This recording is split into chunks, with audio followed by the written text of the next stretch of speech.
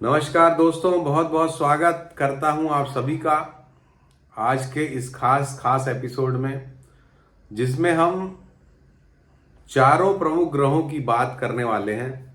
राहु, केतु, शनि और बृहस्पति देव ये वर्ष 2025 तक आपकी राशि पर किस तरह का प्रभाव डालेंगे। आप बहुत सारे वीडियोस फॉलो करते होंगे, हमने भी बहुत सारे वीडियोस डाले हैं जिसमें या तो राहु केतु का प्रभाव बताया गया है, या शनि का प्रभाव अलग से बताया गया है, या बृहस्पति का प्रभाव अलग से बताया गया है। लेकिन इन चारों ग्रहों का एक साथ प्रभाव बताने वाला वीडियो आपको नहीं मिलेगा यूट्यूब पे, या शायद बहुत मुश्किल से मिले। तो आज हम इसी तरह का ये खास वीडियो बना रहे हैं और 2025 के मध्य तक किस तरह का प्रभाव ये चारों ग्रह आपके ऊपर डालेंगे। क्योंकि जैसा कि आप जानते हैं 30 अक्टूबर को राहु और केतु ने अपना ट्रांजिट किया है और अब ये मई 2025 तक इन्हीं राशियों में रहेंगे। यानी कि राहु जो है वो मीन राशि में और केतु जो है कन्या राशि में। तो 2025 मई तक इनकी पोजीशन लॉक हो गई। इसी प्रकार शनि की भी जो पोजीशन है वो कुंभ राशि में लॉक्ड है वर्ष 2025 तक। बृहस्पति देव अप्रैल 2024 तक मेष राशि में रहेंगे और अप्रैल 2024 के बाद वो वृषभ राशि में संचरण करेंगे। तो वर्ष 2025 तक किस तरह का प्रभाव आपकी राशियों पर ये चारों ग्रह डालेंगे, इसकी हम बात करेंगे। आज हम इस वीडियो में 6 राशियों की बात करेंगे। शुरू की 6 राशियां मेष राशि से लेके कन्या राशि तक की, क्योंकि पूरी 12 राशियों को लेने से वीडियो बहुत लंबा हो जाएगा। इसलिए मेष से लेके कन्या राशि तक का हम बात करेंगे। तो इन 6 राशि में अगर कोई राशि आपकी हो या आपके किसी करीबी की हो, आपके भाई की हो, आपकी पत्नी की हो, पति की हो, माताजी की हो, पिताजी की हो, मित्र की हो, तो आप जरूर इसको देखें। दूसरी बात यह है कि ये फल जो है हम विशेष रूप से चंद्र राशि के आधार पर बता रहे हैं, क्योंकि गोचर जो है वैसे तो लग्न से भी प्रभावी होता है। लग्न के आधार पर भी आप देखेंगे तो भी उसका काफी हद तक फल समझ में आएगा, लेकिन हम विशेष रूप से राशि को ध्यान में रख के बना रहे हैं, तो उसी आधार पर आप इसको देखें। अगर बृहस्पति आपके उच्च के हैं या स्वग्रही हैं, बहुत अच्छी स्थिति में हैं, जीवन में बहुत बड़ी उन्नति वो दिलाने में असमर्थ हैं। हम सैकड़ों कुंडलियों का अध्ययन करते रहते हैं, उसके आधार पे आपको ये बता रहे हैं। शनिदेव की साख कुछ बची है और शनिदेव अगर बहुत अच्छे हैं आपकी पत्रिका में तो आपको अच्छे फल मिलेंगे इस कलयुग में। लेकिन आपको सबसे अच्छे फल मिलेंगे अगर राहु और केतु, विशेष करके राहु अगर आपकी कुंडली में बहुत ही अच्छी स्थिति में बैठे हुए हैं। तो रंक से राजा बनाना, राजा से रंक बनाना, ये सब इनके लिए बाएं हाथ का चुटकियों का खेल है। राहु और केतु के लिए, राहु के लिए विशेषकर। इसलिए इस ट्रांजिट की विशेष रूप से बात करना आवश्यक है। और इसके पीछे लॉजिक है दोस्तों। लॉजिक ये है कि पहली बात तो आजकल का जो समय है वो पूरी तरह से सिंथेसाइज्ड टाइम, हम उस सिंथेसाइज्ड टाइम में हम जी रहे हैं। हर चीज जो है सिंथेटिक है हमारे साथ। प्लास्टिक्स हम यूज कर रहे हैं, सिंथेटिक हम यूज कर रहे हैं, ये सारा कुछ राहु के दायरे में आता है। इलेक्ट्रॉनिक्स हम यूज कर रहे हैं, इलेक्ट्रिकल हम यूज कर रहे हैं। इलेक्ट्रॉनिक्स राहु, इलेक्ट्रिकल केतु, सारा हमारा जीवन इन्हीं से मिलके बना हुआ है।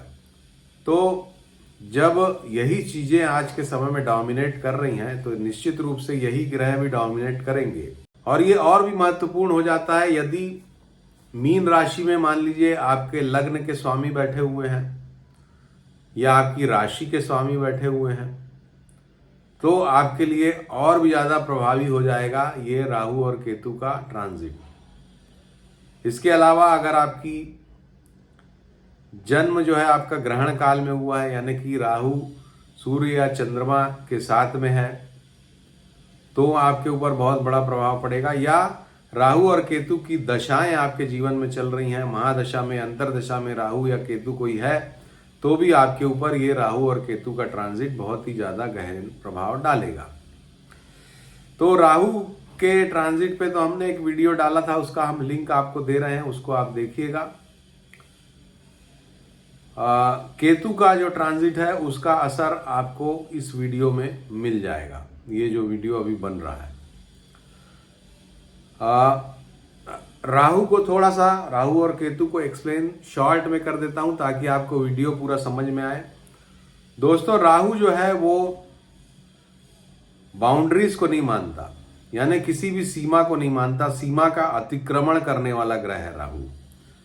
यानी कि अगर आपके दूसरे भाव में राहु बैठ जाएगा तो आपकी वाणी किसी भी सीमा को नहीं मानेगी, यानी आप कुछ भी बोल सकते हैं, किसी को भी गालियां देने की आदत हो जाती है सेकंड हाउस में राहु होने पे, उल्टा सीधा बोलने की आदत हो जाती है द्वितीय स्थान में राहु होने से।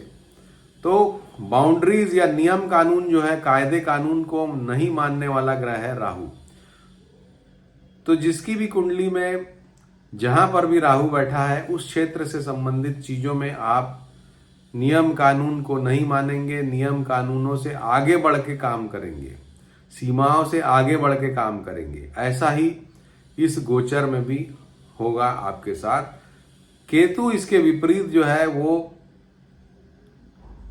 कहीं ना कहीं एक स्पिरिचुअल टच देने वाला प्लेनेट है। केतु जो है वो शरीर में चक्र जो है उसमें सहस्त्रार चक्र को रिप्रेजेंट करता है, जबकि राहु आज्ञा चक्र को रिप्रेजेंट करता है। तो कमांडिंग पोजीशन रखता है राहु, जबकि केतु जो है वो टोटल स्पिरिचुअल पोजीशन रखता है। और स्पिरिचुअलिज्म में व्यक्ति, जैसा कि हम जानते हैं कि मोह माया से दूर रहता है, मोह माया से हटता है, उसी तरह का स्वभाव इस केतु का है। किसी भी चीज में वो अटकना नहीं चाहता, किसी भी चीज के लिए मन में बहुत ज्यादा लस्ट नहीं रखता केतु। तो जिस भी भाव में केतु अब आपके आएंगे उस भाव के प्रति आपकी जो आसक्ति है वो कम होगी। आसक्ति को कम करने वाला ग्रह है केतु। तो अब जैसे मीन राशि में राहु आ गए हैं, तो मीन राशि आपकी कुंडली में जहां भी बैठी, जिस भी भाव में बैठी है, उस भाव से संबंधित जो चीजें हैं उन मामलों में आप बाउंड्रीज को तोड़ेंगे, नियम कायदे कानून को तोड़ेंगे इस 1.5 वर्ष के समय में, 2025 मई तक।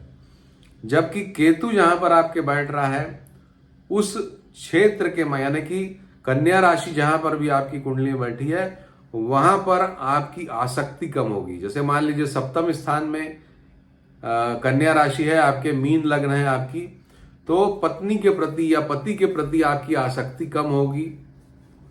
इस तरह से आपको उसको देखना चाहिए। आसक्ति कम होना या अटैचमेंट कम होना, उसको दूसरे शब्दों में बोला जा सकता है। तो इस तरह से ये राहु और केतु अपना प्ले करते हैं दोस्तों।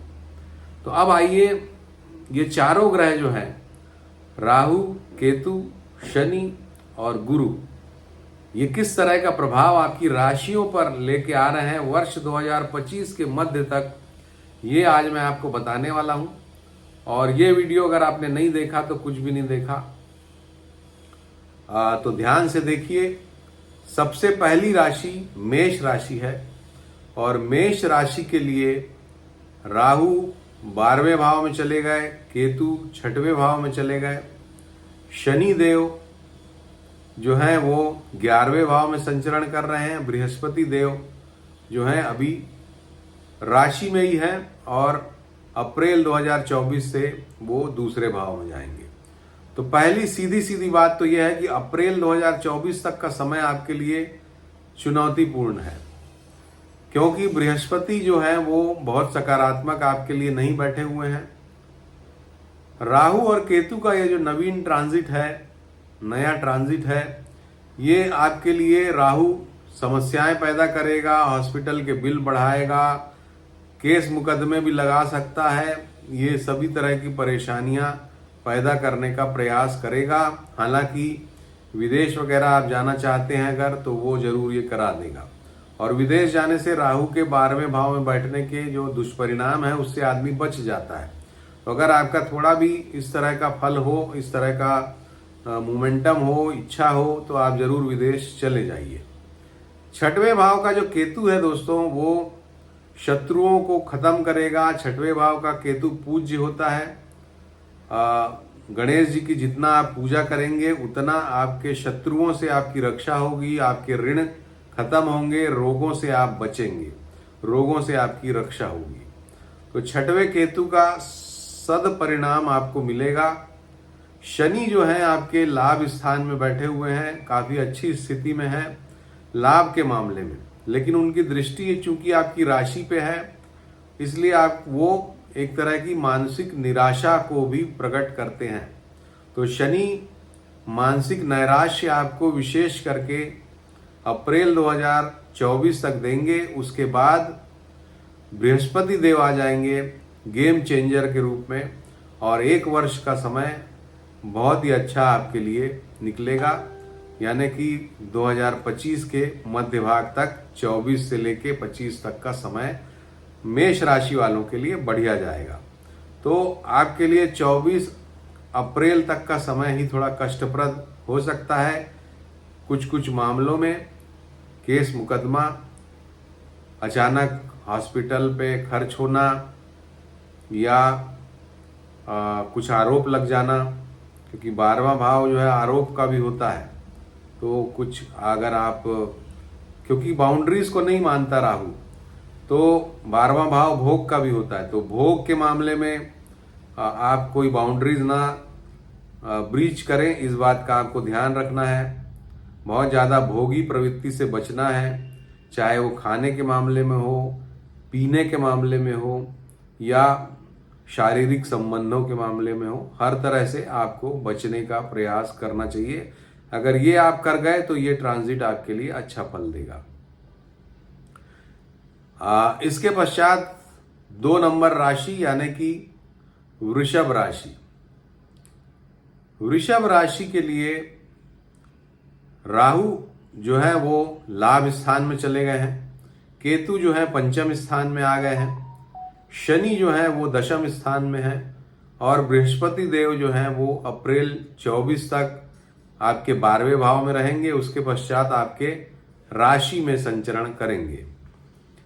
तो राहु का ट्रांजिट आपके लिए सकारात्मक रहेगा, लाभ को बढ़ाने वाला रहेगा, आपके लिए बहुत अच्छा समय लेके ये आएगा, एंजॉयमेंट का टाइम लेके आएगा। हर तरह से अच्छे गिफ्ट्स मिलेंगे, आपकी इच्छा की पूर्ति होगी, जो आप चाहते हैं वो आप पूर्ण कर सकते हैं मई 2025 तक। तो ये समय राहु आपको बहुत कुछ देने के लिए एकदम उद्यत है। तो अगर आप राहु को अपना इष्ट देव मानते हैं, यानी कि राहु जो है वो तेज है, चपल है, चालाक है, चालाकियों से अगर आप काम करते हैं, अपना लाभ ज़्यादा से ज़्यादा बनाने का प्रयास करते हैं, लखपति हैं तो करोड़पति, करोड़पति हैं तो अरबपति बनने का प्रयास करते हैं, तो ये राहु आपको निश्चित रूप से मदद करेगा। जबकि केतु जो है वो 5म स्थान में है, और 5म स्थान बच्चों का स्थान है। 5म स्थान में बैठा हुआ केतु बच्चों से के मामले में कुछ परेशानी दे सकता है आपको। इसके अलावा फैमिली लाइफ को भी ये डिस्टर्ब कर सकता है, प्रेम संबंध को भी ये खत्म कर सकता है, यानी कि जैसा मैंने कहा आसक्ति को खत्म करता है। तो ये प्रेमी या प्रेमिका के प्रति आसक्ति को भी कम करेगा आपके। इसके अलावा आप अगर, चूंकि बुध की राशि में है केतु, और बुध तो आपके लिए अच्छा ग्रह है, तो आपके विजडम को भी बढ़ाएगा ये केतु का संचरण।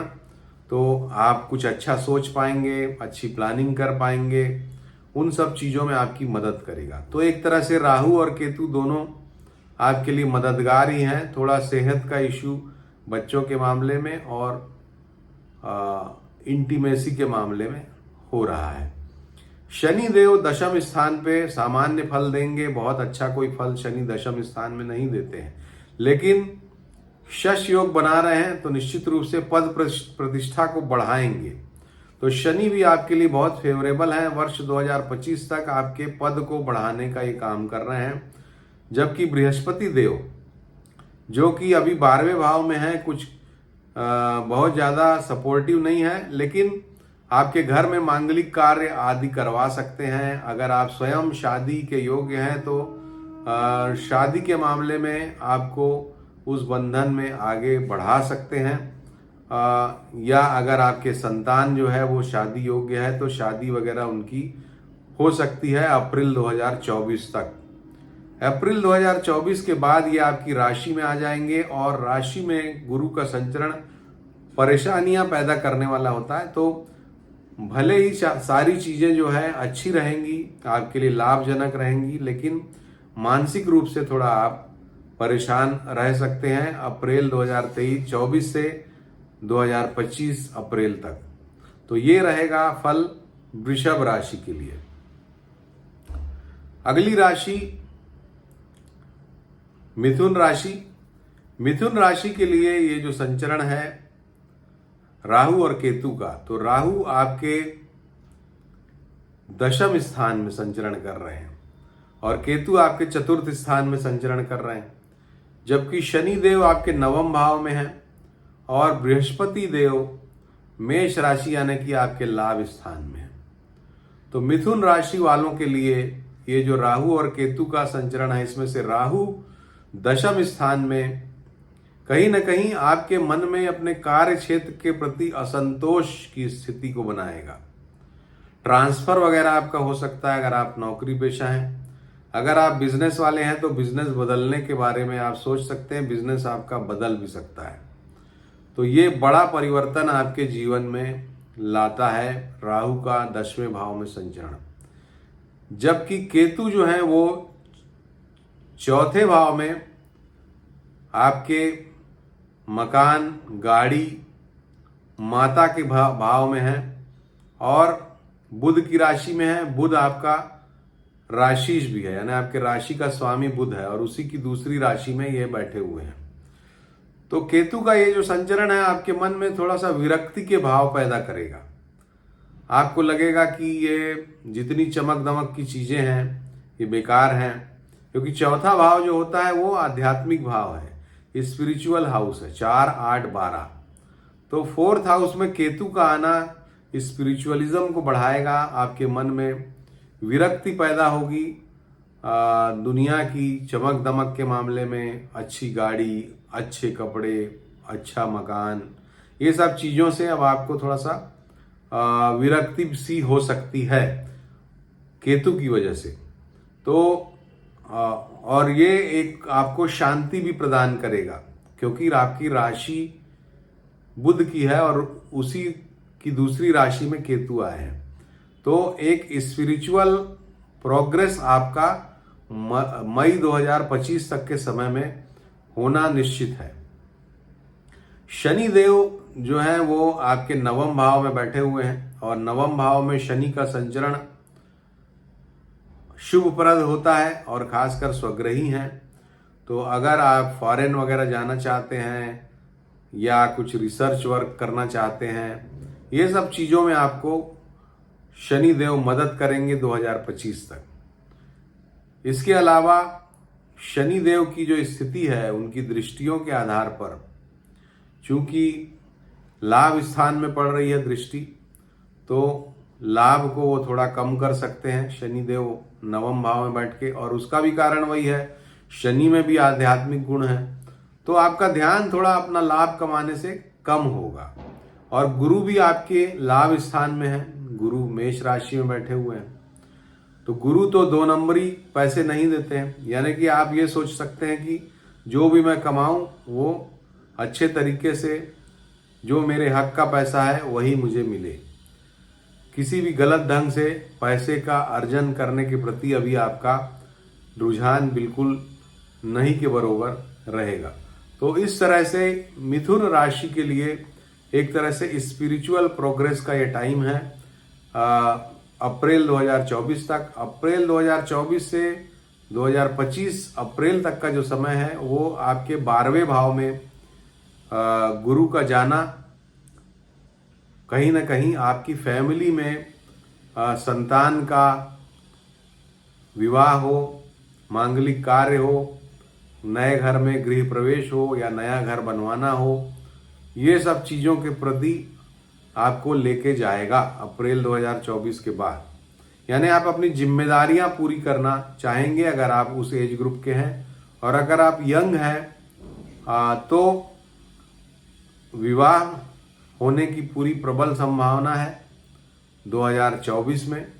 और 12वें भाव में गुरु का जो संचरण है वो संतान प्राप्ति वगैरह के मामले में आपको मदद करेगा। तो इस तरह से मिथुन राशि के लिए ये जो समय है ये जाने वाला है वर्ष 2025 के मध्य तक का। इसके पश्चात चौथे नंबर की राशि कर्क राशि। कर्क राशि जिसके स्वामी चंद्रमा होते हैं, उनके लिए राहु का संचरण नवम भाव में, जबकि केतु का संचरण तृतीय भाव में हो रहा है। वहीं शनि उनके अष्टम भाव में बैठे हुए हैं और बृहस्पति देव दशम भाव में अप्रैल 2023 तक संचरण करेंगे। तो राहु का ये जो संचरण है, चूंकि राहु बैरियर को तोड़ने वाले ग्रह हैं और नवम भाव में वो धर्म के प्रति रुझान को आपके कम करेंगे। धर्म के प्रति रुझान यानी कि धार्मिकता थोड़ी आपकी कम हो सकती है मई 2024 तक 25 तक, माफ कीजिएगा। इसके अलावा अगर आप हायर स्टडीज कर रहे हैं उसमें कुछ बाधा परेशानी आ सकती है। घर में बुजुर्गों के स्वास्थ्य के प्रति आप सचेत रहें, माता पिता के स्वास्थ्य के प्रति आप सचेत रहें, उनके स्वास्थ्य पे गंभीर संकट आ सकता है। राहु जो है वो आपके जीवन में चेंजेस कुछ चिंताजनक चेंजेस लेके आ सकता है। केतु इसके विपरीत आपके तृतीय भाव में है और तृतीय भाव में केतु का संचरण अच्छा रहेगा। तृतीय भाव में जो केतु हैं वो चूंकि तीसरा जो स्थान है वो पराक्रम का स्थान है, तीसरा स्थान जो है वो छोटे भाई बहनों का स्थान है, तो वहाँ पर केतु का संचरण कहीं ना कहीं आपको अटैचमेंट से दूर करेगा। यानी कि मन की जो दुर्बलताएं हैं वो कम होंगी इस केतु के संचरण की वजह से। इसके अलावा केतु जो है आपको यात्राओं को आपकी बढ़ाएगा। यात्राएं आपकी धार्मिक यात्राएं काफ़ी इस समय पर आप कर सकते हैं। तो एक तरफ तो राहु आपको धर्म से रुचि कम करेगा, लेकिन केतु आपकी धार्मिक यात्राएं कराएगा। तो इसका मतलब है कि आप भले ही सैर सपाटे के लिए हो या जिस भी कारण से हो, यात्राएं और धार्मिक यात्राएं आप करेंगे केतु की वजह से। शनि का जो संचरण है अष्टम स्थान में काफी खराब परिस्थिति में आपके लिए हो रहा है और अष्टम स्थान में जब शनि संचरण करते हैं तो धन की कमी महसूस होती है, स्वास्थ्य का कष्ट महसूस होता है। तो ये सभी चीजें आपके जीवन में अभी प्रभावी होंगी। इस समय पे स्वास्थ्य के मामले में सजग रहने की आवश्यकता होती है। तो शनि 2025 तक विशेष रूप से कुछ आपके लिए फायदा नहीं देने वाले हैं, लेकिन वहीं बृहस्पति देव जो हैं वो अप्रैल 2024 तक तो आपके दशम स्थान में रहने से कार्य क्षेत्र में कुछ विशेष फल नहीं देंगे और बल्कि एक तरह का स्टेगनेशन की परिस्थितियों का निर्माण करते हैं दशम स्थान में गुरु बैठ करके। जबकि जब वो 11वें भाव में जाएंगे यानी कि अप्रैल 2024 से अप्रैल 2025, ये समय आपके लिए बहुत अच्छा होगा, आपके लाभ को बढ़ाएगा, धन की मात्रा को बढ़ाएगा। तो इस तरह से ये जो समय है संतान जिनकी होना है, जो संतान एक्सपेक्ट कर रहे हैं उनको संतान प्राप्ति वगैरह हो सकती है, जो विवाह योग्य हैं उनका विवाह वगैरह हो सकता है। तो 2024 अप्रैल से 2025 अप्रैल ये समय आपके लिए एक तरह से सिल्वर लाइनिंग बिहाइंड क्लाउड्स बोल लें, या एक न्यू विंडो ओपनिंग रहेगा, जो जब खुलेगा तो आप बहुत ही फ्रेश महसूस करेंगे और आपके जीवन में सकारात्मकता लेकर के ये आएगा। तो इस तरह से रहेगा कर्क राशि का फल वर्ष 2025 के मध्य तक। अब 5वें नंबर की राशि सिंह राशि। सिंह राशि के लिए राहु जो है वो मीन राशि में जा रहे हैं, तो वो अष्टम स्थान में है, केतु द्वितीय स्थान में है, जबकि शनि देव जो है वो सप्तम स्थान में संचरण कर रहे हैं, और इसी प्रकार बृहस्पति देव अभी नवम में है, फिर अप्रैल 2024 से दशम स्थान में संचरण करेंगे।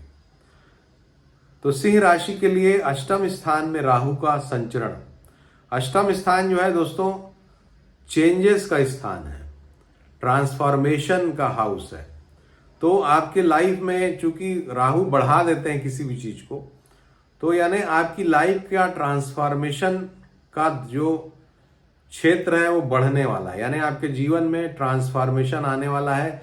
वर्ष 2025 के मई तक बड़े परिवर्तन आपकी राशि में आ रहे हैं सिंह राशि के लिए।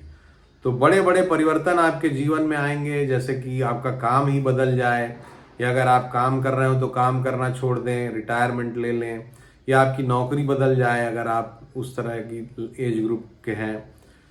पहली बात तो यह है। दूसरी बात, अष्टम स्थान में राहु का संचरण पेट और पेट के नीचे के भाग में शारीरिक तकलीफ को भी लेके आता है। अगर आपकी कुंडली में भी उस तरह के योग हैं तो आपका ऑपरेशन वगैरह करा सकता है उस क्षेत्र में, तो वो भी आपको ध्यान रखने की जरूरत है। राहु ये सभी चीजें आपके साथ कर सकते हैं। प्रॉपर्टी का डिस्प्यूट वगैरह भी पैदा कर सकते हैं अष्टम स्थान के राहु। तो राहु का संचरण ये सब दे रहा है, जबकि इसके विपरीत केतु का जो संचरण है दूसरे भाव में है, और दूसरा भाव जो है परिवार का भाव है। तो परिवार के प्रति विरक्ति पैदा होती है जब दूसरे भाव में केतु संचरण करते हैं।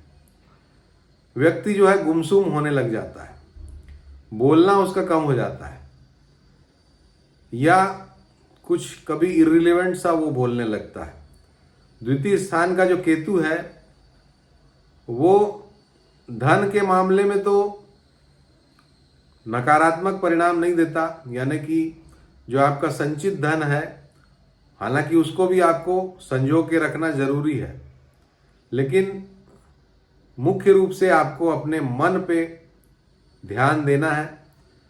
मन आपका कमजोर न हो जाए, परिवार की किसी बात से दुखी आप ज्यादा ना हो जाए, इस बात का ध्यान आपको देना है। तो केतु का संचरण आपके लिए इस तरह के फल लेकर के आ रहा है। शनि का संचरण जबकि आपके लिए अच्छा है, शश योग बनाता हुआ शनि सप्तम स्थान में जबरदस्त फल दे रहा है। तो आपको जीवन साथी से सहयोग अच्छा मिलेगा, जीवन साथी के लिए अच्छा समय है आपके, उनका ओहदा कद बढ़ेगा। जबकि पार्टनरशिप के मामले में भी ये सकारात्मक परिणाम देगा शनि का वहां रहना। काम धंधे बिजनेस को चमकाने वाला रहेगा, ये बिजनेस का एक्सपांशन कराएगा। तो ये सभी अच्छी चीजें आपके जीवन में होंगी। नौकरी पेशा भी जो लोग हैं उनके लिए भी ये शनि जो सप्तम स्थान में है वो सकारात्मक परिणाम ही देगा। जबकि बृहस्पति देव जो है वो अभी 23 के अप्रैल से लेके 24 के अप्रैल महीने तक बहुत ही अच्छी स्थिति में बैठे हुए हैं, नवम भाव में पूर्ण रूप से आशीर्वाद प्रदान करते हुए। और अब आप उनका आशीर्वाद महसूस करेंगे जब राहु ने उनको छोड़ दिया है, राहु से वो अलग हो गए, तो अब पूर्ण रूप से आपको आशीर्वाद मिलेगा और आपके जीवन की बहुत सारी समस्याएं वो अप्रैल 2024 तक सॉल्व कर देंगे। आपको अच्छा सम्मान देंगे, धन की प्राप्ति कराएंगे, संतान के लिए शुभ परिणाम देंगे, स्वास्थ्य आपका अच्छा करेंगे। ऐसे बहुत सारे शुभ परिणाम बृहस्पति देव अप्रैल 2024 तक आपको देंगे। अप्रैल 2024 से अप्रैल 2025 तक का समय बृहस्पति के द्वारा एक डल पीरियड के रूप में आपके जीवन में आएगा, जब प्रोग्रेस कुछ खास आपको नहीं दिखाई देगी, एक रूटीन वर्क चलता रहेगा, जीवन की उमंग कार्य के मामले में थोड़ी कम हो जाएगी। तो एक मोनोटोनस सी लाइफ, आपकी वर्क लाइफ आपको महसूस होगी 24 से लेके 25 के अप्रैल तक। तो इस तरह से रहेगा सिंह राशि के लोगों का मई 2000 या जून 2025 तक का समय। इसके पश्चात छठवीं राशि कन्या राशि, और कन्या राशि में ही केतु का संचरण हो रहा है, इसलिए ये और भी ज्यादा विशेष हो जाती है। तो कन्या राशि के जो जातक हैं उनके लिए सप्तम स्थान में राहु का संचरण हो रहा है, उनकी राशि में ही केतु का संचरण हो रहा है। शनि देव जो हैं उनके छठवें भाव में संचरण कर रहे हैं और मध्य 2025 तक करेंगे, जबकि बृहस्पति देव का संचरण आपके लिए अभी अष्टम स्थान में हो रहा है और अप्रैल 2024 से वो नवम स्थान में संचरण करेंगे। तो राहु का संचरण आपके लिए सप्तम स्थान में आपके पति या पत्नी के स्वास्थ्य में थोड़ी समस्या दे सकता है, उनसे आपका मतांतर करा सकता है। साथ ही चूंकि राहु, हम इसलिए ऐसा कह रहे हैं क्योंकि राहु, आप बोलेंगे कि राहु तो एक्सपांशन करते हैं, राहु एक्सपांशन करते हैं, लेकिन राहु शक की ग्रह है और शक भी पैदा करता है। तो पति पत्नी के संबंध में शक का पैदा करना, पार्टनर्स के बीच में शक पैदा करना, ये राहु का काम है। तो कन्या राशि के जातकों के लिए शक पैदा करेगा इन क्षेत्रों में राहु। इसके अलावा पेट के क्षेत्र में कन्या राशि के लिए भी कुछ तकलीफ देना, ऑपरेशन वगैरह कराना, ये सभी चीजों से आपको बचना चाहिए। और नकारात्मक फल इसलिए ज्यादा मिलता है कन्या में, माफ कीजिएगा, मीन में राहु के जाने से, क्योंकि कन्या में केतु चले जाते हैं और कन्या में केतु आपकी राशि में चले जाते हैं, तो निश्चित रूप से आपको शारीरिक परेशानियां देते हैं, समस्याएं देते हैं, स्ट्रगल देते हैं और विरक्ति भी देते हैं। जीवन की समस्याओं से आदमी थकने लगता है, जीवन की समस्याओं से व्यक्ति को लगता है कि भगवान की शरण में जाएं, ये सब कुछ बेकार है, इस तरह की फीलिंग भी लाइफ में ये लेके आते हैं। तो केतु स्ट्रगल कराएगा, मेहनत बहुत कराएगा, फल बहुत कम देगा, ये केतु का स्वभाव है। और कम फल देके फिर वो विरक्ति पैदा करता है कि यार ये सब से कुछ लाभ नहीं है, छोड़ो ये सब, इस रास्ते पे चलने का कोई लाभ नहीं है, छोड़ो ये सब। ये जो नेचर है, छोड़ो ये सब, ये केतु का नेचर है। तो ये आपके लिए लेके आ सकता है। शनि देव का जो संचरण आपके सापेक्ष छठवें भाव में है वो अच्छा है, आपके ऋण रोग शत्रु का नाश करने वाला है, ऋण रोग शत्रु से आपको बचाने वाला है, धन की आवक को भी बढ़ाने वाला है। तो छठे भाव में शनि का संचरण कहीं ना कहीं आपको कंपटीशन में सक्सेस दिलाने वाला है, मेहनत भी खूब कराएगा, नौकरी करने वालों को सफलता भी देगा, आप अपने साथ वालों से कई स्टेप्स अहेड हो जाएंगे शनि के इस संचरण में मध्य 2025 तक। बृहस्पति का संचरण अष्टम स्थान में अप्रैल 2024 तक आपके धन को प्रोटेक्शन देने वाला रहेगा, आपको एंसेस्ट्रल प्रॉपर्टी वगैरह की प्राप्ति करा सकता है, धन की प्राप्ति करा सकता है, रुका हुआ धन वगैरह दिला सकता है। जबकि नवम भाव में अप्रैल 2024 से अप्रैल 2025 तक आपको खूब सहयोग प्रदान करेगा, स्वास्थ्य की रक्षा करेगा, स्वास्थ्य बढ़िया करेगा, संतान की प्राप्ति करा सकता है। संतान अगर आपकी है तो उनके लिए कुछ अच्छी खबरें, अच्छे सकारात्मक उनके जीवन में होगा। इसके अलावा धन की भी प्राप्ति कराएगा, सम्मान की प्राप्ति कराएगा, धार्मिकता आध्यात्मिकता बढ़ाएगा। तो ये जो अप्रैल 2024 से 25 तक का जो समय है, ये बहुत ही सकारात्मक आपके लिए रहने वाला है, आपके जीवन को एक बहुत ही अच्छे दिशा में लेके जाने वाला है। तो दोस्तों, ये था हमारा ये वीडियो। आगे की जो 6 राशियां हैं उसको आप अगले एपिसोड में देखेंगे, और कल ये एपिसोड मैं शूट करूंगा, और कल यानी कि दिनांक 6 है, तो दिनांक 6 या 7 नवंबर को ये मैं उसको अपलोड करूंगा, तो आप उसको ज़रूर देखिएगा। और इस वीडियो में अगर आपको कुछ अच्छा लगा हो तो उसको ज़रूर आप अप्रिशिएट कीजिए, लाइक का बटन दबाइए, कमेंट कीजिए। अगर आपको स्टिल कुछ डाउट्स हैं, क्योंकि समय कम रहता है और सभी चीज़ें हम कवर नहीं कर पाते हैं, तो आप कमेंट्स करके पूछ सकते हैं, मैं प्रयास करूंगा उसका जवाब देने का। अगर अभी तक हमारा चैनल सब्सक्राइब नहीं किया है तो सब्सक्राइब करिए, घंटी का जो निशान है उसको भी टच करिए, ताकि हमारे नए वीडियोस के लिंक आपको मिलते रहें और आप उनको देखते रहें। नमस्कार, धन्यवाद, अपना ध्यान रखिए।